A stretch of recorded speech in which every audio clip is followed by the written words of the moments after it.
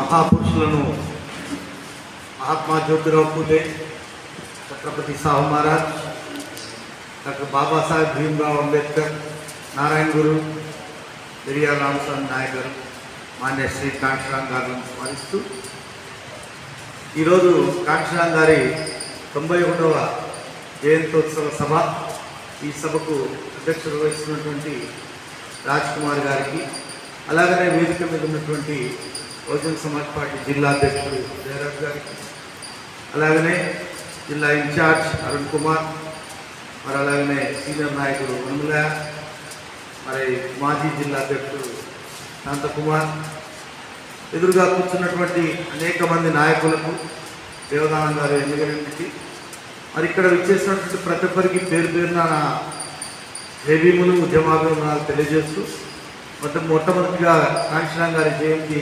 శుభాకాంక్షలు తెలియజేసుకుంటూ ఇక్కడ ఈరోజు మరి కాంక్షరామ్ గారి గురించి తెలుసుకొని మరి ఆయన జయంతి సందర్భంగా స్ఫూర్తి పొంది మనమేం చేయాలి అనేటువంటిది కన తెలుసుకొని వెళ్తేనే ఈ సభలో ఉన్న మనకు కొంత ఉపయోగం అని చెప్పేసి నేను భావిస్తున్నాను. నేను ఎక్కువ సమయం తీసుకోను. ఆ మహానుభావుడితో కలిసి పనిచేయగలిగే అదృష్టం నాకు లభించింది. ఆయనతో తిరగడం కూడా మరి ఈ రాష్ట్రంలో కొద్దిమందికి అవకాశం ఉండింది. వాళ్ళల్లో కూడా నేను ఒకటిగా ఉండడం నా అదృష్టంగా, పూర్వజన లేకపోతే నా ధన్యం అని చెప్పి నా జీవితం భావిస్తున్నా. మరి ఈ సమయంలో చాలా సింపుల్గా ఆయన జన్మదినం గురించి మాట్లాడితే, పంజాబ్ రాష్ట్రం రోపార్ జిల్లా అవాస్పూర్ గ్రామం. ఒక వ్యక్తి గొప్ప నాయకుడైనప్పుడు ఆయన ఊరు, ఆయన పేరు, ఆయన రాష్ట్రం, ఆయన చరిత్ర బయటకు వస్తుంది. రేపు ఇక్కడ ఉన్నటువంటి వాళ్ళ గురించి కూడా ఫలానా రాష్ట్రంలో, ఆంధ్రప్రదేశ్లో, కర్నూలు జిల్లాలో ఫలానా గ్రామంలో ఫలానా ఆయన పుట్టినాడు, ఆయన ఈరోజు జాతీయ స్థాయిలో నాయకుడైనాడని అనుకుంటాం.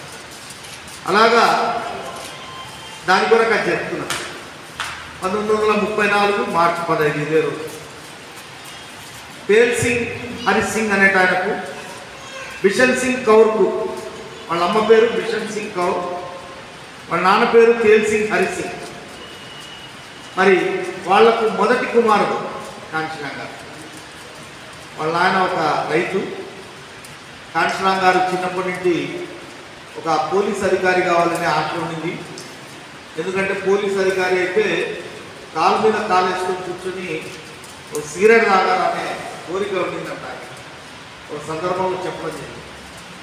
మరి ఆ విధంగా అక్కడనే రోపార్ జిల్లాలో బిఎస్సి చదివి ఆ తర్వాత సర్వే ఆఫ్ ఇండియాలో ఉద్యోగం వచ్చినాయి.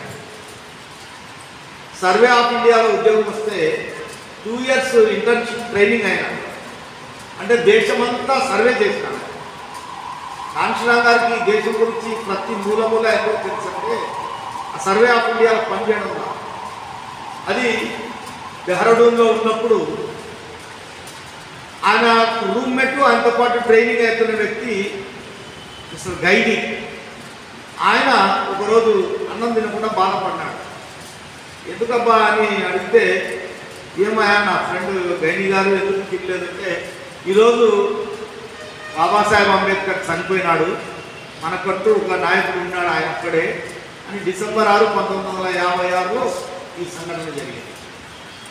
మొదటిసారిగా అంబేద్కర్ గురించి ఒక వ్యక్తి ఉపవాసం చేయడం అనేటువంటిది తను గమనించడం జరిగింది. అంబేద్కర్ అంటే రాజ్యాంగ రచనా అధ్యక్షుడు, బలహీన వర్గాలకు చెందినవాడు, రాజ్యాంగాన్ని రచించినాడు అని చాలా తక్కువ సమాచారమే కాంక్షరామ్ గారికి